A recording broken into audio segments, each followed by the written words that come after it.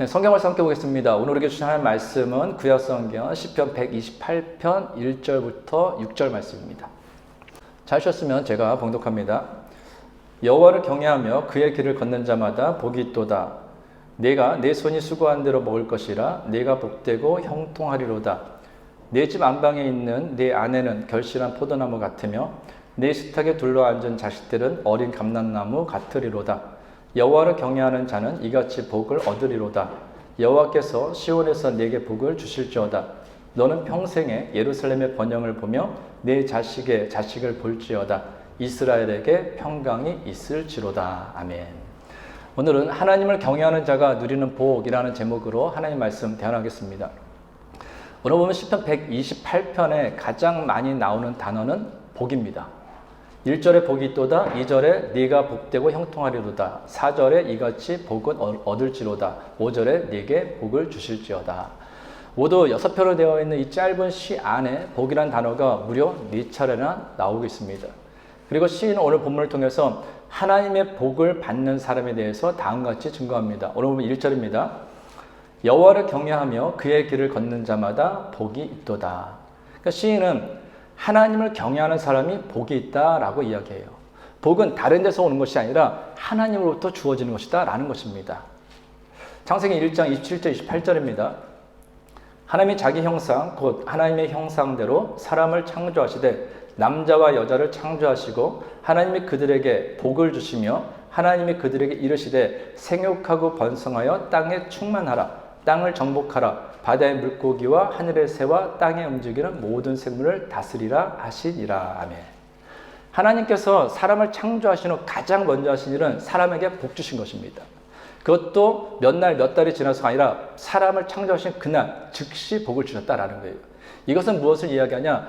하나님께서는 사람에게, 인간에게 복 주시기를 기뻐하시는 분이다라는 것입니다. 창세기 5장 1절 2절입니다. 이것은 아담의 계보를 적은 책이니라. 하나님이 사람을 창조하실 때에 하나님의 모양대로 지으시되 남자와 여자를 창조하셨고 그들이 창조되던 날에 하나님이 그들에게 복을 주시고 그들의 이름을 사람이라 일컬으셨더라. 아멘. 이 구절 보면은 하나님께서 남자와 여자를 창조하시고 그들이 창조되던 그날에 하나님께서 그들에게 복을 주셨다라고 말씀하시죠. 그 뒤에 이어진 게 뭐예요? 그들의 이름을 사람이라 일컬었다라는 거예요. 무엇을 이야기하는 걸까요? 하나님으로부터 지원받은 인간이 하나님으로부터 복을 받을 때 비로소 사람이 될 수 있다라는 것입니다. 좀 더 쉽게 이야기하면 하나님으로부터 지원받은 인간은 하나님의 복이 없이는 이 땅에서 바른 인간으로서 바른 사람으로서 살아갈 수가 없다라는 거예요. 그래서 우리가 하나님께 복을 구하는 것, 복 주옵소서 복 주옵소서 복을 구하는 것은 너무나 당연한 것이다 라는 것입니다. 근데 중요한 것이 하나 있죠. 우리가 늘 언제나 조심해야 될 것. 하나님께 복을 구하는 것, 기복은 괜찮아요. 그런데 기복주의에 빠져서는 안 됩니다.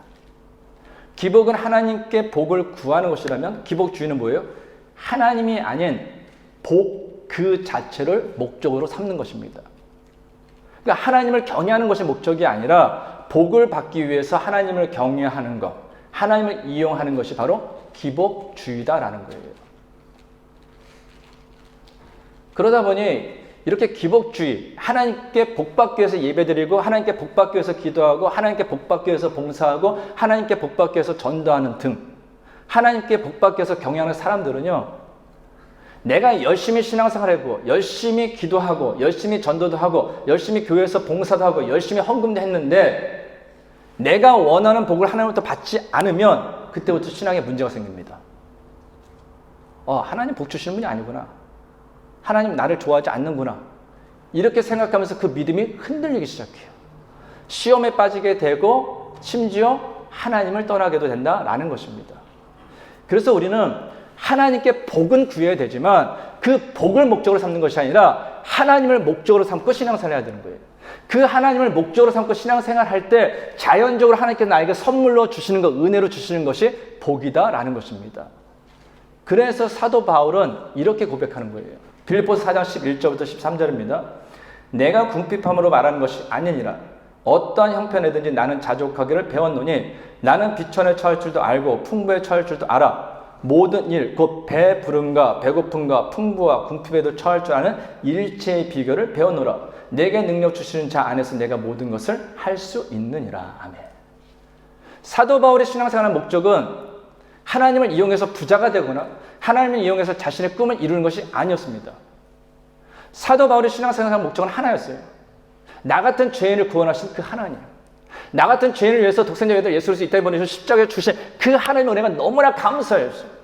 그 하나님의 은혜가 너무나 사랑스러워서 내가 주님께서 맡겨주신 그 사명, 내가 하나님으로부터 받은 그 은혜, 내가 하나님으로부터 받은 그 복을 세상 사람들에게 전하지 않으면 안 되었기 때문에 그는 하나님을 섬겼다라는 것입니다.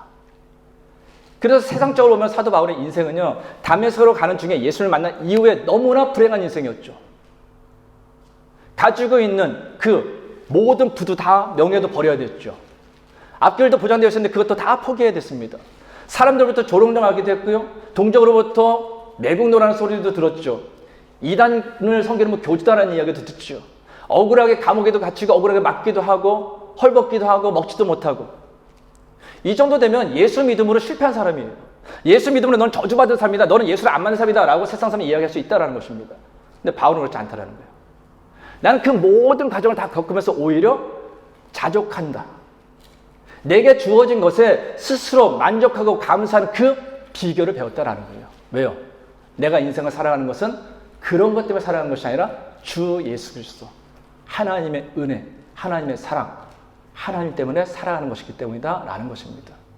그래서 감사는요, 하나님을 믿는 사람, 나를 지으신 하나님, 나를 늘 언제나 푸른 초장과 실만한 물가로 인도하신 그 하나님을 믿는 사람만이 오늘 내게 주어진 것이 어떠다 할지라도 그 주어진 형편에 자족하며 감사하며 오늘을 살아갈 수 있다는 것입니다.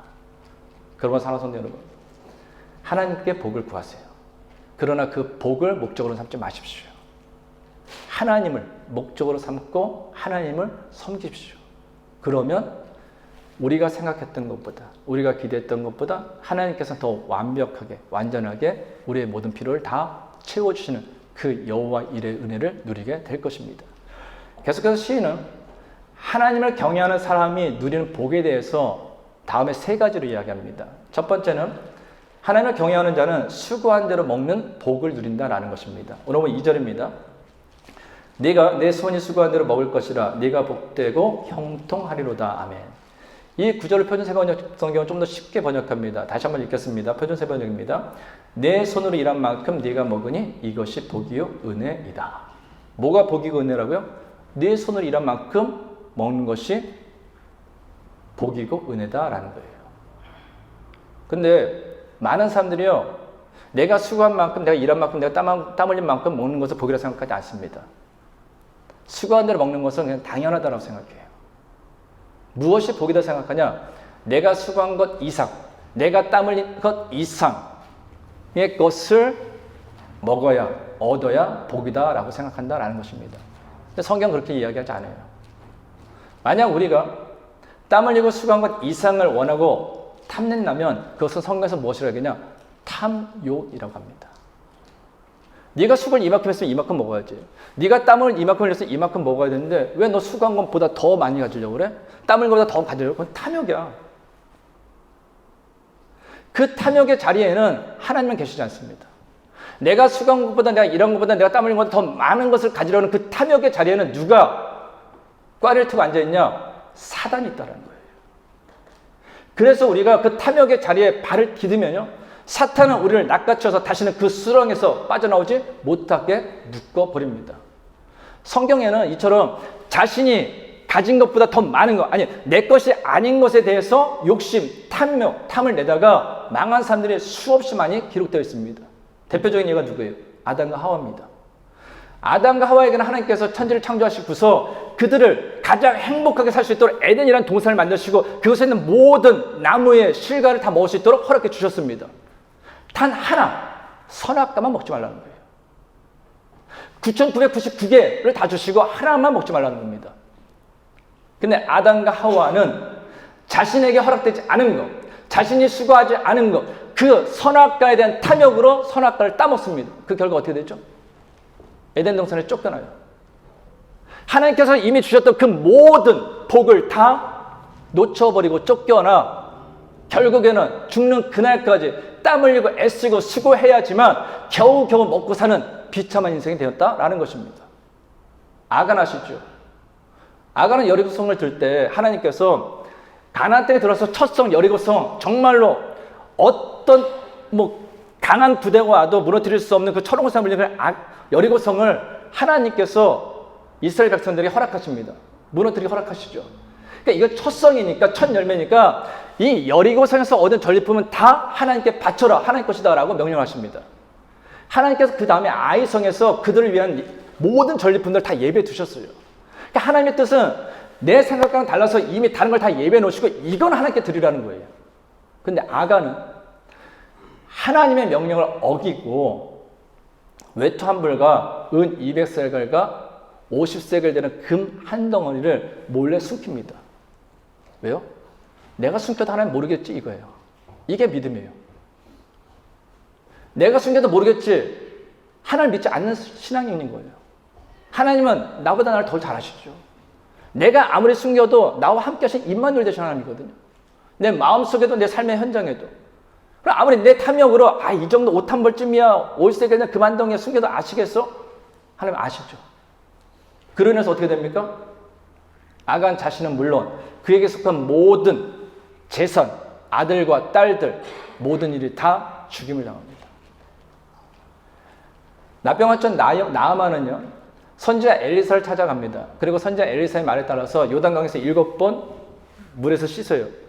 그러자 놀랍게도 그를 괴롭혔던 납병, 한센병, 문둥병이 깨끗하게 치유를 받습니다. 자신을 지금까지 괴롭혔던 그 납병에서 치유받은 이 나아만이 엘리사 선지자에게 좀 예물을 드리고 싶었어요. 너무 감사의 마음을 펴고 싶었습니다. 그러니까 엘리야가 그런 거죠. 내가 한 거 아니야. 하나님께서 하신 거예요. 내가 받을 일이 없습니다. 그냥 가십시오라고 돌려보냅니다. 그런데 엘리사의 사원 게하시는 그 마음속에 탐욕이 들어왔어요. 엘리사 몰래 막 뛰어가가지고 그 나아만에게 우리 선지자가 부탁하더이다. 누가 왔는데 지금 옷이랑 좀 은이 필요하니까 이거 좀 주십시오 라고 거짓말해요. 그 대가로 게하시는 나아만으로부터 은 2달란트와 옷 2벌을 받습니다. 근데 그러나 이 일을 어떻게 되는지 아십니까? 나아만이 겪었던 그 나병이 그대로 엘리사의 사원 게하시에게 옮겨가요. 일평생을 나병으로 고생한다라는 것입니다. 아담과 하와, 아간, 게하시가 죄를 범하고 하나님으로부터 심판을 받는 이유가 무엇입니까? 자신의 주어진 것에 만족하지 못했기 때문이에요. 자신이 일한 것보다, 자신이 수고한 것보다 더 많은 것을 얻으려고 했기 때문이다라는 것입니다. 그들의 탐욕이 그들을 죄로 이끌었고 죄의 노예가 되게 했고 결국 그들을 멸망의 길로 이끌었다라는 것입니다. 한번 잘 생각해 보세요. 오늘날 우리 인생을 보면요. 사실 수고하고 땀을 흘린 대가도 제대로 누리지 못한 사람들이 너무나 많습니다. 열심히 수고하고 땀 흘렸는데도요. 그에 합당한 보상을 받지 못한 사람들 많습니다. 링우드에 있는 그 이스트랜드라고 있지 않습니까? 그곳에 카페 하나가 있는데 그 카페에 그 주인은요. 렌트비를 몇 달 밀리더니 거기 이제 이스트랜드에 렌트비를 내리죠. 몇 달 밀더니 직원들 그 웨이지도 한참 이렇게 좀 밀렸대요. 그런데 어느 날 다 가지고 그냥 도망갔습니다. 물론 이게 프랜차이즈라서 거기서 이렇게 좀 해결해주긴 했는데 그 직원들은 얼마나 마음이 아팠겠습니까? 이런 새벽부터 저녁 때까지 이렇게 내가 수고하면 이 돈 가지고 내가 생활도 하고 렌트비도 내고 내가 여행도 하고 공부도 할 거다 생각을 했는데 그렇게 수고했음에도 불구하고 어느 날 갑자기 모든 걸 다 누군가가 자기의 욕심을 채우려고 도망갔으니 그 사람은 얼마나 힘들었겠는가라는 것입니다. 오늘 우리가 살아가는 현실은요, 사실 내가 수고한 대로 땀 흘린 대로 먹고만 살아도 정말 복된 거예요. 그렇지 않은 사람 너무 많죠. 예전에 한번 그런 말씀 드렸는데요. 한국은 이미 몇 년 전부터 이민계라는 거, 30대 중반, 30대 그 층을 대상으로 중심으로 해가지고 이민계라는 게 유행하고 있습니다. 이때는 살기가 어렵다는 거예요, 한국에서. 그래서 마음 맞는 사람들 몇 명씩 모여가지고 매달 돈을 모아서 갯돈을 모는 거예요. 이민을 가기 위해서. 근데 그들 직장이 어딘지 아십니까? 한국에서 왜 스카이 가려고 합니까? 삼성, LG 같은 대기업 가려고 하는 거잖아요. 대부분이 삼성, LG 같은 대기업 출신이라는 거예요. 내가 그렇게 열심히 공부했는데, 그래서 내가 대기업까지 갔는데 내 미래가 너무 불안전하다라는 것입니다. 제가 한국에 있을 때만 해도요, 40, 그때 벌써 10년이 훨씬 넘는 일 아닙니까? 40 초반만 돼도 삼성, 현대, LG에서요, 다니던 집사님들이 불안해 하더라고요. 내가 여기 어떻게 계속 있을지 모르기 때문에. 내가 뭘 해야 되지? 이 젊은 나이에 내가 그만두면 뭘 해야 되지? 그 불안한 뜻이 있다라는 것입니다. 중국도 보니까요, 한국은 이미 지나간 건데 어떻게 보면 중국은 지금 경제 중에 어렵다고 하지 않습니까? 사불 청년이 증가하고 있다는 거예요. 사불 청년. 잘 아시는 것처럼 결혼, 연애, 내 집 마련, 출산 안 하겠다는 청년, 사불 청년입니다. 이미 한국은 몇 년 전부터 많이 늘었죠. 삼포 시대, 삼포 청년 뭐예요? 삼포 세대, 연애, 결혼, 출산 포기하는 청년들. 나와서 5포 세대도 있죠. 연애, 결혼, 출산, 내 집 마련, 인간관계. 다 돈이거든요. 근데 그 돈을 감당할 수 없으니까 그냥 혼자서 집안에서 외톨이처럼, 운동형처럼. 그런 사람들이 얼마나 많은지 모릅니다. 우리가 눈을 조금만 돌려보면요, 정말로 수고한 것만큼, 땀 흘린 만큼, 시간을 들린 만큼 그만큼의 결실도 못 먹는 사람들이 너무나 많다라는 거예요. 그러므로 우리는요, 내가 수고한 만큼 얻는다면, 내가 땀 흘린다면 얻는다면, 그래서 내가 먹고 산다면 감사해야 돼요. 내가 오늘 수고할 수 있는, 땀 흘릴 수 있는 직장이 있다면 그것만으로도 우리는 감사해야 한다라는 것입니다. 두 번째로, 하나님을 경외하는 사람은요, 그 가족이 많은 사람에게 사랑받는 복을 주신다라는 것입니다. 오늘 본 3절입니다. 내 집 안방에 있는 내 아내는 결실한 포도나무 같으며 내 식탁에 둘러앉은 자식들은 어린 감람나무 같으리로다. 이스라엘 백성들이 좋아하는 나무가 두 가지가 있습니다. 하나는 포도나무고 또 하나는 감람나무, 올리브나무예요. 포도나무는 사실 나무로서는 별 의미가 없어요. 뭐 물도 많기 때문에 뭐 땔감으로도 쓸 수 없고 뭐 이쁘지도 않습니다. 근데 포도나무가 귀한 게 뭐냐? 사람들로부터 존귀 여기면 뭐냐? 열매 때문이에요. 그 열매가 사람들에게 기쁨을 주거든요. 이스라엘은 석회질이 많기 때문에 물을 식수로 사용하기 어렵습니다. 그러니까 독일 같은 데가 맥주가 발달하는 게 석회질이 많이 섞여 있어서 물을 못 먹으니까 맥주를 물 대신 먹는 거잖아요. 그러니까 이스라엘도 포도주를 먹는 이유가 물을 마실 수 없으니까 그거를 물 대신 식수로 먹는 것입니다. 그러니까 이스라엘 백성들에게 포도는요, 포도주가 되어서 기쁨도 주고 내가 생명을 이어졌기 때문에 너무나 존귀받고 좋아하는 열매다, 좋아하는 나무다라는 거예요. 감람나무는 어떻습니까? 올리브나무는 올리브유, 기름을 제공하죠. 기름을 가지고 음식도 만들 수 있고요. 불을 지필 수도 있고요. 사람들에게 귀한 부드러움을 준다라는 것입니다. 이스라엘 백성들은 늘 언제나 이 포도나무와 감람나무는 귀하게 여겼어요. 무엇보다도 사랑하고 존경하고 존귀 여기고 좋아했다라는 것입니다. 그런데 오늘 본문에 보니까 뭐라고요? 포도나무와 감람나무가 사람들부터 존귀하게 여김을 받고 사람들이 좋아하는 것처럼 하나님을 사랑하는, 하나님을 경외하는 사람의 가족은 하나님께서 많은 사람들로부터 사랑받게 하신다라는 거예요. 사실요, 사람이 다른 사람에게 사랑받는다, 존귀 여김받는다, 이거는요, 돈으로 안 됩니다. 어떤 사람은 그런 사람들이 있어요. 내가 돈만 많이 모으면, 내가 성공만 하면, 내가 더 많은 걸 가지면 사람들로부터 존귀 여김 받겠지, 사람들이 날 좋아하겠지 라고 생각하는 사람도 있습니다. 어떤 사람은 내가 공부만 잘하면, 좋은 대학을 가면, 내가 스펙이 좋으면 사람들이 나를 존귀 여기겠지, 좋아하겠지 라고 생각하는 사람이 있어요. 다 착각이에요. 오히려 돈이 많음에도 불구하고, 많은 것을 가졌음에도 불구하고, 속히 말하는 세상에서 성공했다 해도 불구하고, 좋은 학벌임에도 불구하고 사람들로부터 입방아에 오르고 나쁜 소문이 퍼지고 오히려 욕먹는 사람들이 얼마나 많습니까? 내 아내가, 내 가족이, 내 자녀들이 다른 사람으로부터 존귀 여김받고 칭찬받고 사랑받고 좋아함을 받는 것은요, 하나님께서 하나님을 경외하게 하는 자에게 주시는 복이다라는 거예요.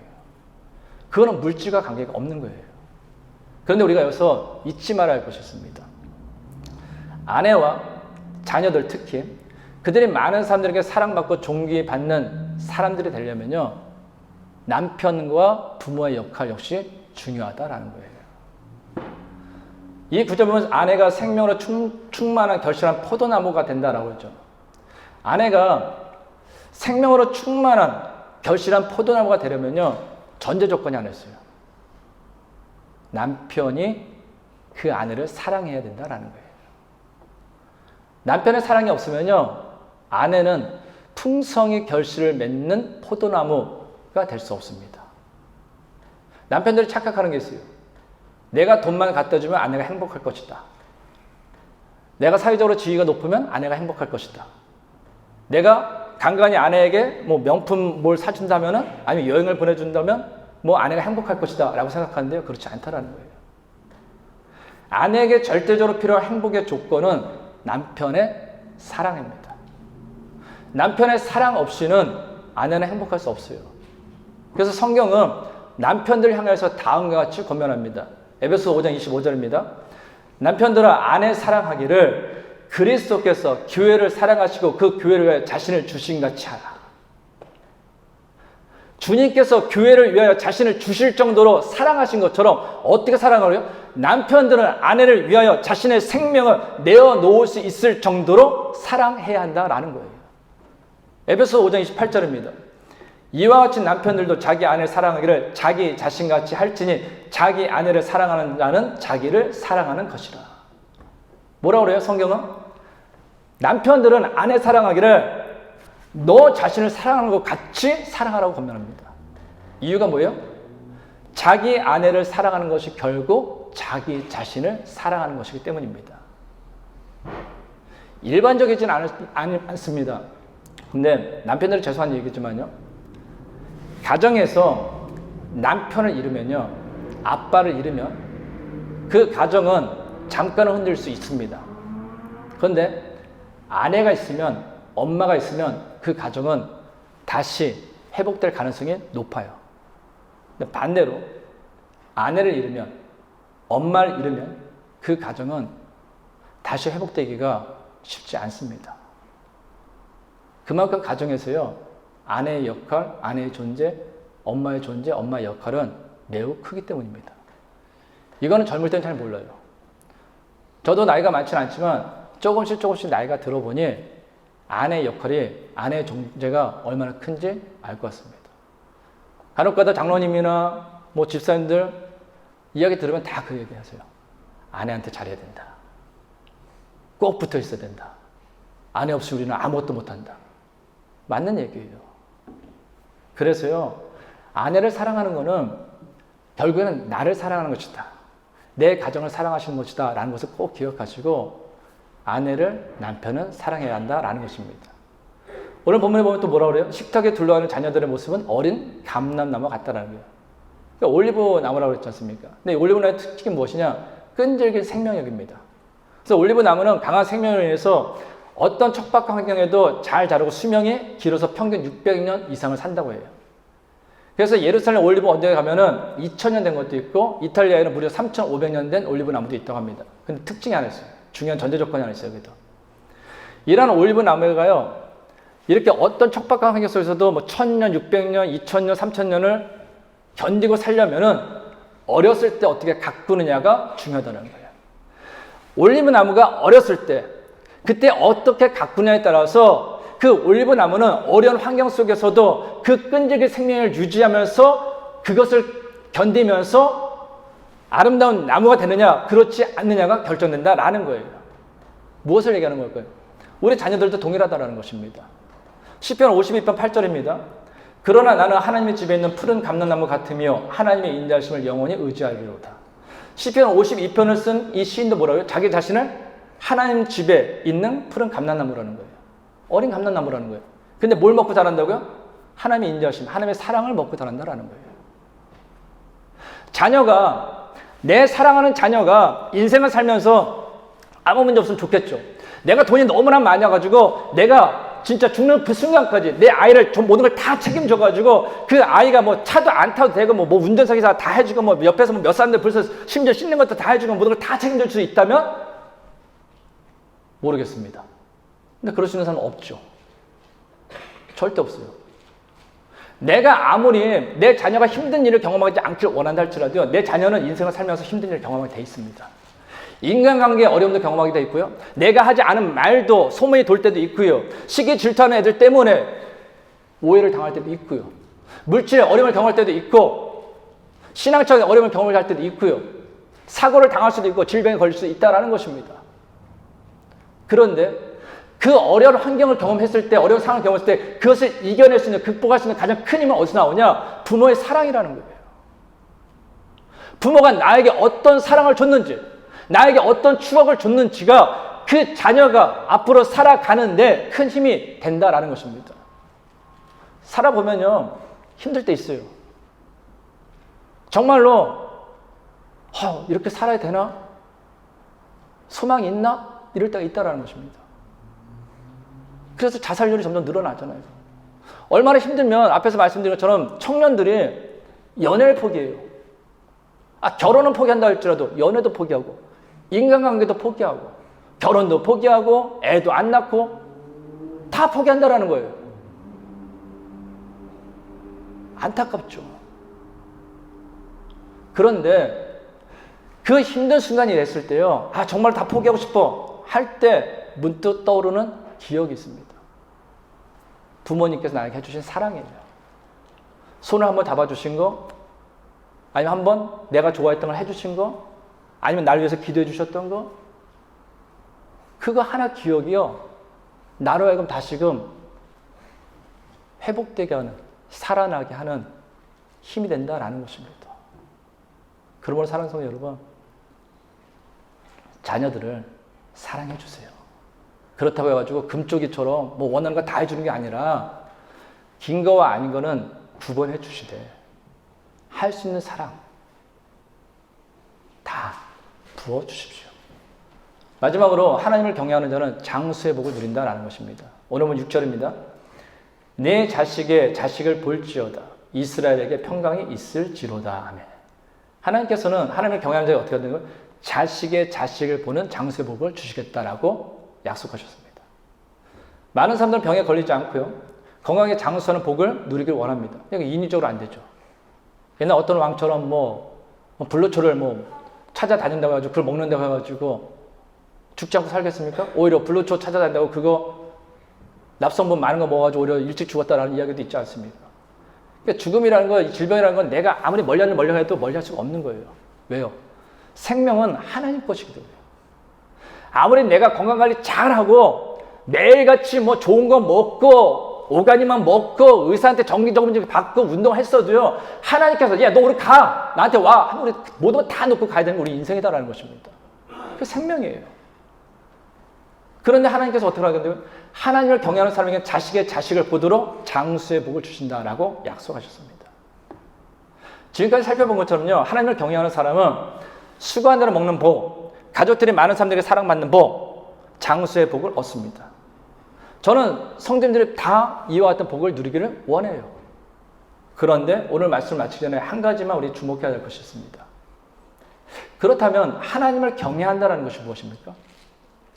분명히 지금 시인이 하나님을 경외하는 사람은 네가 수고한 대로 너 먹을 거야. 너의 사랑하는 아내, 자녀 등 네 가족이 다른 사람들로부터 존귀의 여김을 받을 거야. 너 자식의 자식을 보는 복을 누릴 거야. 약속하셨어요. 중요한 건 이거죠. 그럼 하나님을 경외하는 게 무엇이냐라는 거예요. 오늘 1절 말씀을 다시 한번 읽겠습니다. 여호와를 경외하며 그의 길을 걷는 자마다 복이 있도다. 하나님을 경외하는 것은 무엇이냐? 하나님의 길을 걷는 겁니다. 하나님을 진실로 존경하는 마음이 있다면요, 우리는 하나님의 길, 주님의 길을 걸어야 해요. 하나님을 경외한다, 하나님을 존귀 여긴다, 하나님을 섬긴다, 하나님을 믿는다라고 말하면서 하나님을 믿지 않는 사람들처럼 자신이 원하는 대로 세상의 기준과 세상의 방식대로 살아간다면요, 다 거짓말이에요. 내가 정말로 하나님을 존귀 여기면요, 정말 하나님을 존경하면, 하나님을 섬기면, 하나님을 믿으면요, 하나님을 경외하면요, 주님께서 가신 그게, 즉 하나님의 말씀에 순종하여 살아갈 수밖에 없다라는 것입니다. 너무나 당연한 거죠.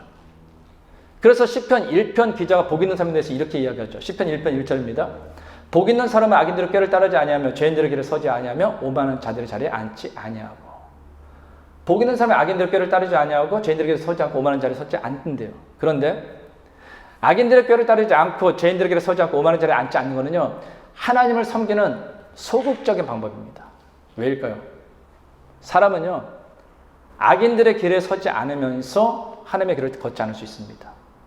사람들은 악인의 꾀를 따르지 않으면서 하나님의 길을 걷지 않을 수 있어요. 사람들은 오만한 자의 자리에 앉지 않으면서 하나님의 길을 걷지 않을 수 있습니다. 그렇죠. 그런데 반대로 하나님의 길을 걸으면서 악인의 꾀를 따를 수는 없는 거예요. 하나님의 길을 걸으면서 죄인들의 길에 설 수는 없다는 것입니다. 하나님의 길을 걸으면서 오만한 자리에 앉을 수는 없다는 것입니다. 그러면 우리가 정말로 진심으로 하나님을 경외하는 사람이라면 우리는 적극적으로 하나님의 길을 걸어야 한다는 것입니다. 하나님의 말씀에 순종하여 살아가야 한다는 것입니다. 물론 하나님의 말씀에 순종하는 거, 하나님의 길을 걷는 거 결코 쉬운 일 아닙니다. 그래서 많은 성도들이 그런 얘기죠. 하나님의 길을 걷는 거, 모든 걸 다 포기하고 하나님의 원하시는 길을 가는 건 목사님만 하는 길이에요. 선교사님들이 하는 거죠. 근데 성경은 그렇게 얘기하지 않죠. 우리는 택함받은 제사장이라며요. 왜 우리가 개신교입니까? 옛날에야 성직자와 평신들을 구분했지만 예수 그리스도 오신 이후로 성직자와 평신들의 구분이 어디 있습니까? 하나님께서는 내가 일생의 삶 가운데 맡기는 일은 소명이기 때문에 모두 성직이죠. 저한테는 맡기는 일이 목회인 거고요. 여러분들에게는 각자 일생의 삶 가운데서 공부든지 어떤 사업이든지 일이든지 그게 하나님께서 여러분에게 맡긴 성직이다라는 것입니다. 그 모든 사람은 다 성직자예요. 그래서 모든 일은 죽게 하듯이 하는 거예요. 그러나 힘든 건 저도 압니다. 저도 힘드니까요. 그래서 때로는 하나님의 길로 가고 싶지 않을 때가 있죠. 때로는 내가 세상에서 가져야 될 그 유익, 더 좋은 자리, 더 좋은 형편을 포기해야 될 때도 있습니다. 저는 그럴 때마다 생각해요. 이 땅을 바라볼 것이냐, 하나님의 나라를 바라볼 것이냐. 제가 목회를 하려고 할 때 한참 기도하고 하나님 전 목회 못합니다. 저는 아니에요. 앞에서 저는 찬양하는 것도 싫고요. 저는 설교하는 것도 싫고요. 저는 앉아있는 게 좋습니다. 저는 쑥스러움도 많아가지고 못해요. 굉장히 내성적이거든요. 진짜로. 근데 그때 하나님께서 저한테 주신 말씀이에요. 땅의 것 생각하지 말고 위의 것 생각하라는 거예요. 그래서 부족하지만 늘 언제나 땅의 것 바라보지 않고 위의 것 바라보며 살려고 노력하고 있습니다. 그럼에도 지칠 때가 있어요. 그럼에도 힘들 때가 있습니다. 그럼에도 다 포기하고 평신도로 돌아가고 싶을 때가 있다라는 거예요. 그런데요, 그럴 때마다 제가 한 번씩 생각하는 글이 있습니다. 전에 한번 읽어드린 것 같은데 이 글을 좀 읽어드림으로 오늘 말씀을 마치고자 합니다. 새 학기가 시작되고 해부학 첫 실험 시험에 해부실로 들어갔다. 해부 도구와 수술용 고무 장갑 그리고 비닐로 된 앞치마에 흰 실험복까지 갖춰 있고 실험실의 문을 여니 거기에는 실험 때마다 한 곳이 모두 32구의 시체가 놓여 있었다. 시체의 피부를 벗기는 것이 첫 해부학 시험 시간의 과제였는데 그 작업을 하는 동안 그것이 단지 시체일 뿐 사람이라는 생각이 들지 않았다. 아주 정교하게 만들어진 인공 모형 배를 가르고 있는 듯한 느낌이었다. 그런 착각과 함께 나의 뇌를 스치며 지나가는 생각들이 있었다. 그래, 이 사람들도 살아있었을 때는 모두 자기 자신이 세상에서 가장 잘났다고 생각하며 살았겠지. 돈도 있었고 명예도 있었고 사랑도 있었고 또 죄를 짓고자 하는 사악한 마음도 있었겠지. 그런데 이제 그들은 자신의 머리털조차 다 깎인 채 실험대에 누워있다. 부끄러움도 없이 발가벗은 채로 말이다. 이제는 옷이 아니라 피부가 벗겨지고 근육이 잘리고 내장이 도련해지고 뼈가 추려지고 있다.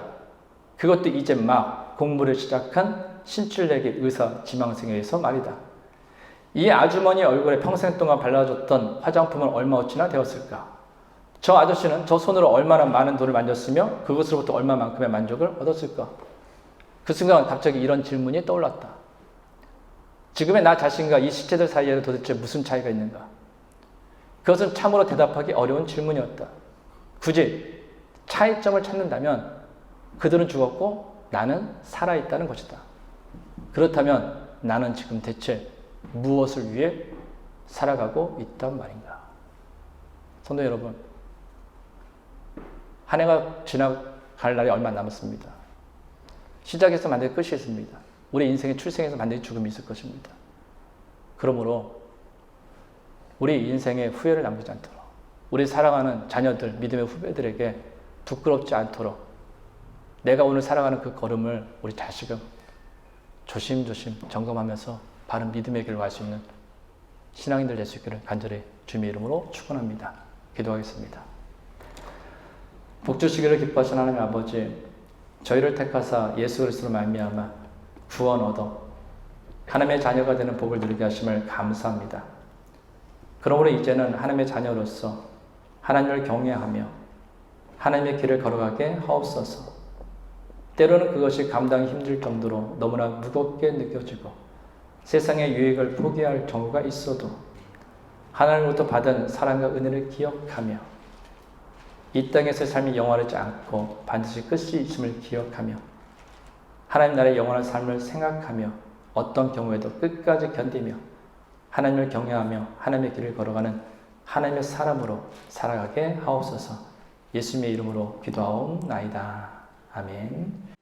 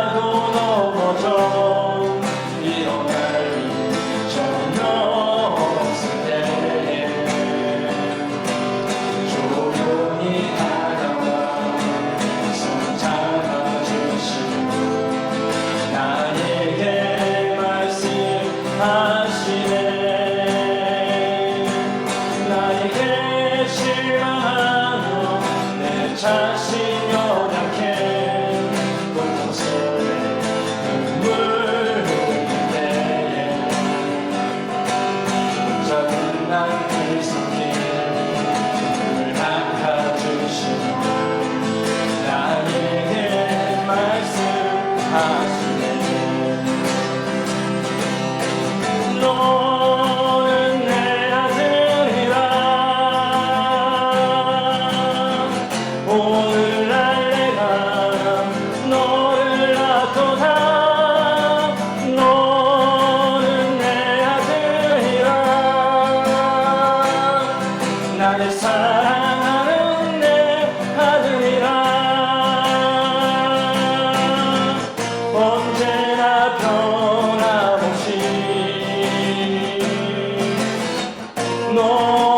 내 아들이라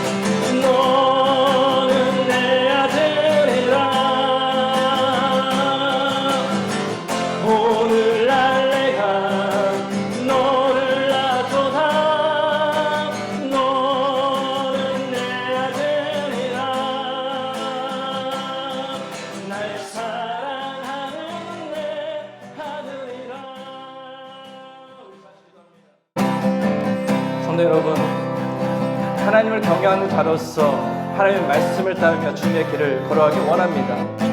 그러나 그것이 너무나 힘들 때가 있죠. 부담스러울 때가 있죠. 그래서 성도 여러분 기억하십시오. 그래서 하나님께서 우리 아버지가 되어주십니다. 그래서 하나님께서 늘 언제나 우리 함께 하시며 우리의 손을 잡아주시고 우리의 눈물을 닦아주시고 우리에게 할 수 있다라고 힘내라고 우리를 응원하십니다.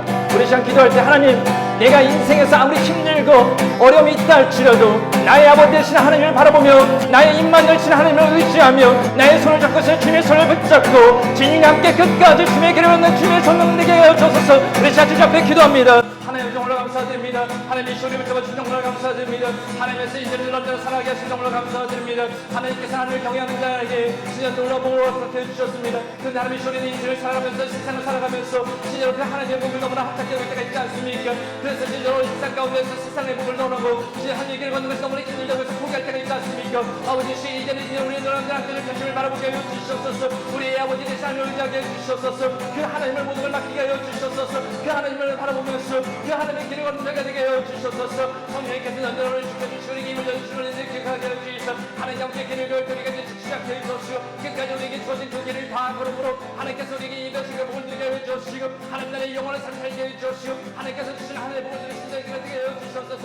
우리 사랑하는 어린 영혼을 옳다고 어린이를 모든 일까지 진정 지켜는 사정을 잡아줄 간절히 원합니다. 저들이 힘을 다하여 주시옵소서. 저들이 새롭게 시작되는 한국 가운데 살면서도 진정을 주나서 기뻐하며 주님의 은혜를 살아볼 수 있는 귀하고 복된 인생 될 수 있도록 주여 함께하여 주시옵소서.